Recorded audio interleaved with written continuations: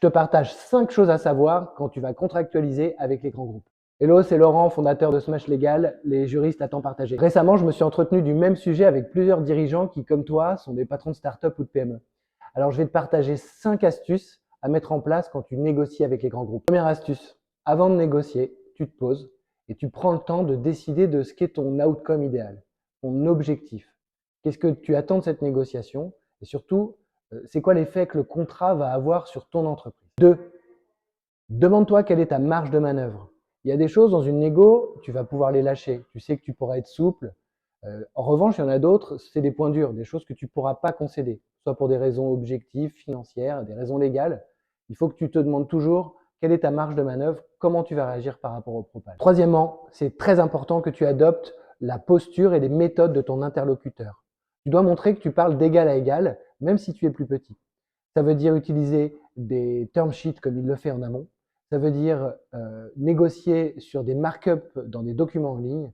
Et ça veut dire également, si possible, lui pousser un juriste qui va lui parler exactement dans son langage. Quatrièmement, tu dois comprendre ce que tu signes.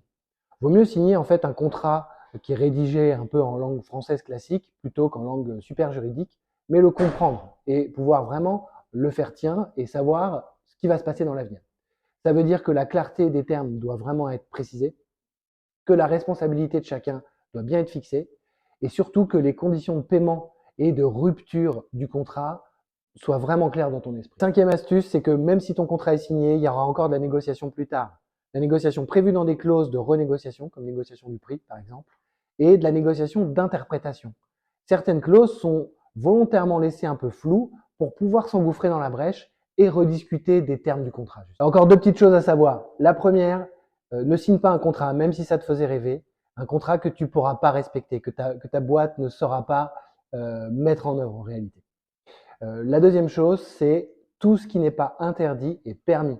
Alors, sois inventif. Merci beaucoup de m'avoir écouté. J'espère que ça t'aura donné quelques petites infos directement actionnables. N'hésite pas à me suivre sur smashlegal.fr